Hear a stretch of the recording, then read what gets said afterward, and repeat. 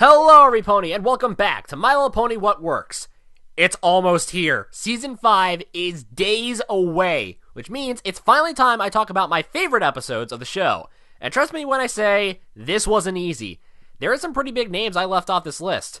Sorry, Cutie Mark Chronicles and Sisterhood Social, I just like these episodes more. So, let's not wait any further. These are my top 25 favorite episodes of My Little Pony Friendship is Magic. Number 25. Alright, let's start off this list with the episode I gush over, but everyone else doesn't. Griffin the Brush Off. Pinkie Pie is great in this episode, Rainbow Dash gets her moment of awesome, and the episode is funny as hell. But, let's face it, I love this episode simply on Gilda alone. If you dig beneath the 90s dialogue, the overabundant use of the word lame, and Revy's voice actor, you get one of the most complex, one-shot characters the show created. So, I only ask the show staff, please bring back my waifu! Gilda? Yeah, that's what I meant. Number 24. Too Many Pinkie Pies was Dave Polsky's big turnaround. After feeling Pinkie Keen and Over a Barrel, which got accidental flack for different reasons, Too Many Pinkie Pies was his big comeback focusing on the humor and Pinkie Pie's character. Ever since then, he's proven to be one of the best writers on staff. Oh yeah, and the episode is funny as hell. Number 23. Holy crap, you can improve after a series of bad episodes. And while Wonderbolt's Academy was a good start, Bats was the episode that showed me that Meriwether Williams hasn't lost a writing chop since Camp Lazlo. All of her writing tropes from Season 2 all of a sudden disappeared. Not only that, but we got an Applejack episode that wasn't a retread of Applebuck season. It was a Christmas miracle. Number 22. When I started out watching the show, I was afraid of seeing been there, done that stories and episodes using tired cliches. And while we did have those stories, I was genuinely impressed when we have episodes that broke cliche. Green Isn't Your Color took the predictable jealousy story and gave it a fresh spin by not having the green monster. That we got 4 episodes later. Thanks for that. Number 21. Speaking of breaking cliche, let's talk about Rarity. More specifically, her character in A Dog and Pony Show. Tired of the damsel in distress in your shows and movies? Well, here we have Rarity using her wits to outsmart the Diamond Dogs. Although it was more like the dogs couldn't take her incessant complaining and crying. Obviously a reference to The Ransom of Red Chief by O. Henry.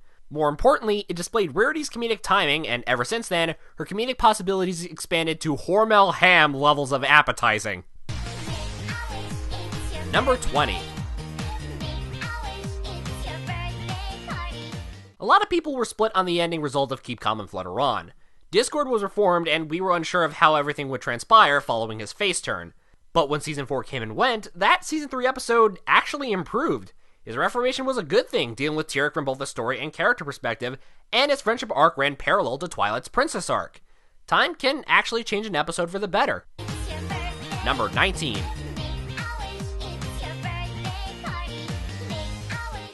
On the other side of the spectrum is an episode that aged surprisingly well in Suited for Success. You would think this type of episode would sink the series because of the subject matter. In a surprising twist, they made the girlish stigma of dressing up and, let's face it, prom preparation enjoyable. Not to mention the meta subtext found within the Art of the Dress song. I salute you, Season 1 staff, for doing this great thing. Number 18.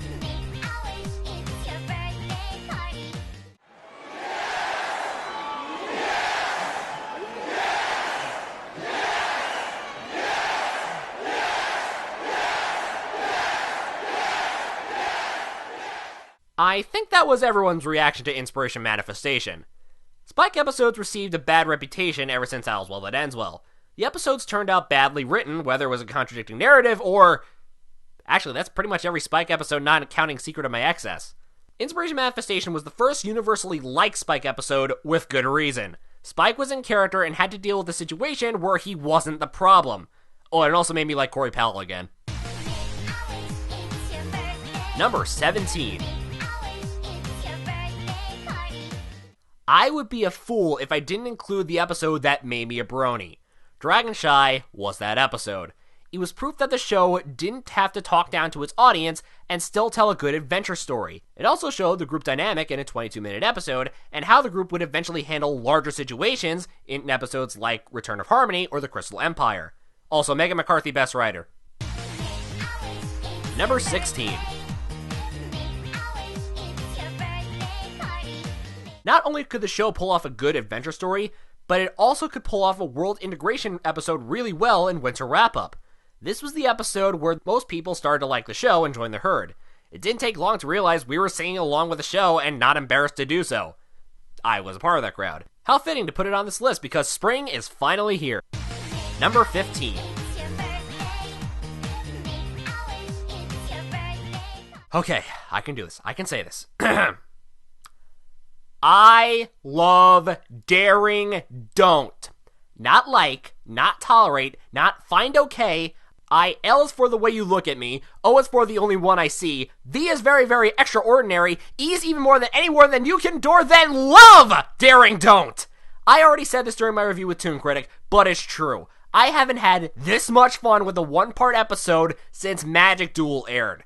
Ever since then, the entertainment bar kept on rising. Thank you, Dave Polsky. Your humor and entertaining writing continues to thrive. Number 14.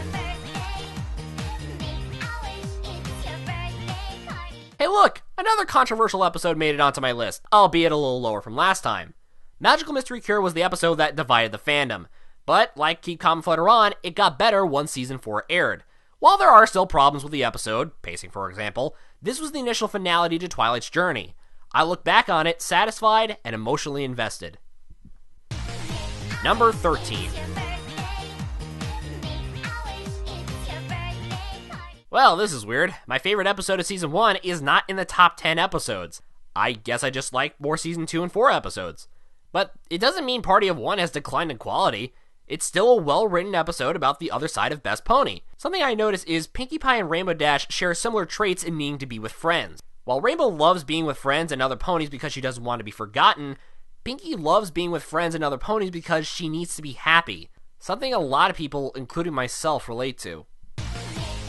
Number 12.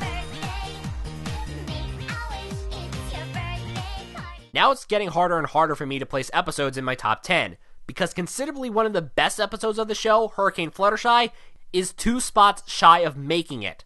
Honestly, I should be ashamed for leaving it out. It's uplifting, it's funny, and it's overall positive. Fluttershy may be the pony I relate to the least, but she's probably the one I sympathize with the most considering her introvertedness. And I just love it when characters have their moment of triumph. Number 11. And now the episode that made me love Rarity, Sweet and Elite.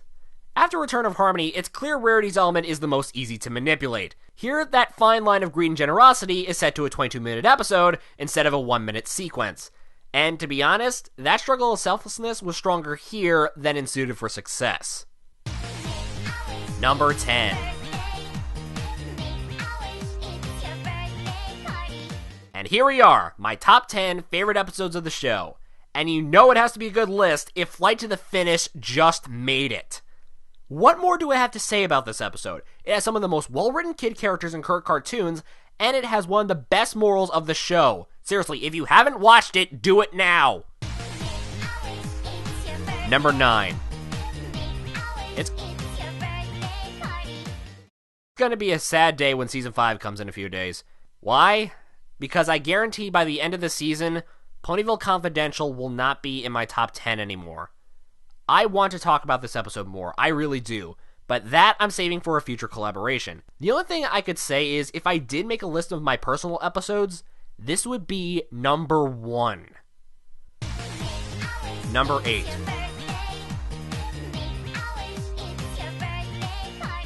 Hey, you guys want to know something? Come closer to the screen. Okay, you there? Alright. I love a Canterlot wedding despite its flaws. Shining Armor and Cadence make no sense in the world. I see them as new and interesting characters that could make the world grander. Chrysalis is an idiot? Somewhat, but I look at her as a creature who's come close to winning and can be taken as a legitimate threat. Luna was absent? Don't think it would have mattered if she was at the wedding prior to the invasion. Is the episode perfect? No. but I easily took it as the start of something new for My Little Pony. Number 7. What? How about that? A season finale I love, followed by my favorite season premiere to date. Princess Twilight Sparkle did so many things right, from including all of the main 6 on Twilight's journey to the setup of the story arc. I can't think of anything that hurts the episode in a big way. Only small moments that would appear as nitpicking. I can't wait to see if this gets topped by the season 5 opener. Number 6.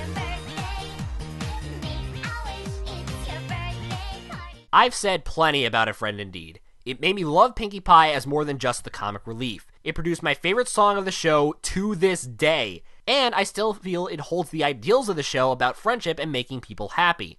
From my view, it is still a near perfect episode. Number 5. Of course, there's the off chance you can improve something that's near perfect. With Maud Pie, it cuts back on Pinkie's attitude in forcing friendship and gave more of a connection to the plot character to our group. Not to mention the complex story in just a simple concept.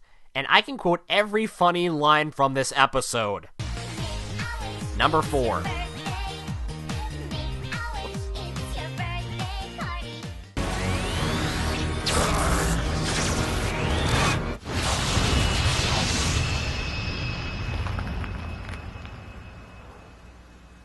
Was it good for you? Twilight's Kingdom is what I was waiting for this whole time from the show, embracing the fantasy and adventure elements all into one. Epic fight scenes, high-risk, high-reward situations, and more importantly, conclusion and progression of the story arc. I'm glad Megan McCarthy's in charge of running the show, and I hope she sticks around till the end with more grand stories like this. Number 3.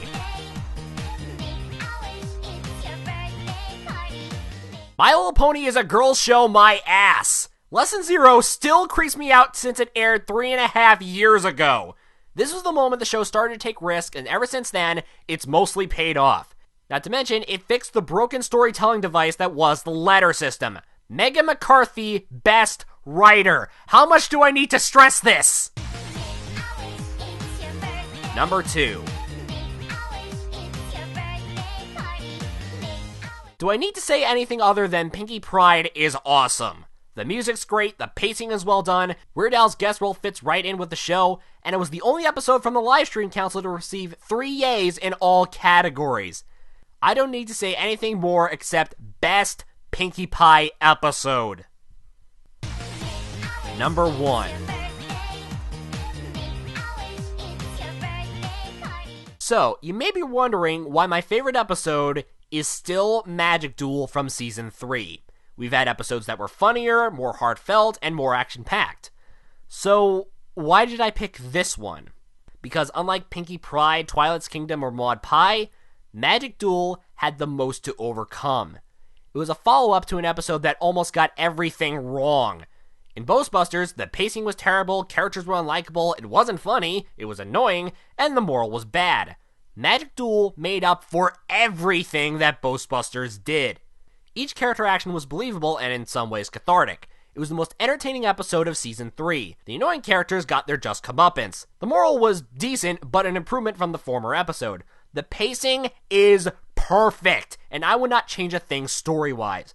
But more importantly, it made me like Trixie, my most hated character up to that point. If Pinkie Pride met my expectations, Magic Duel exceeded it. And those are my top 25 episodes of the show. Thanks for sticking around, and a big thank you to NeutralGamesPlays who helped out with the editing. If you like what you saw, support me on Patreon to help make the viewing experience better. Until then, I'm the voice of reason, and I'll see you next time for Season 5's opener. Get your hooves up, party starting.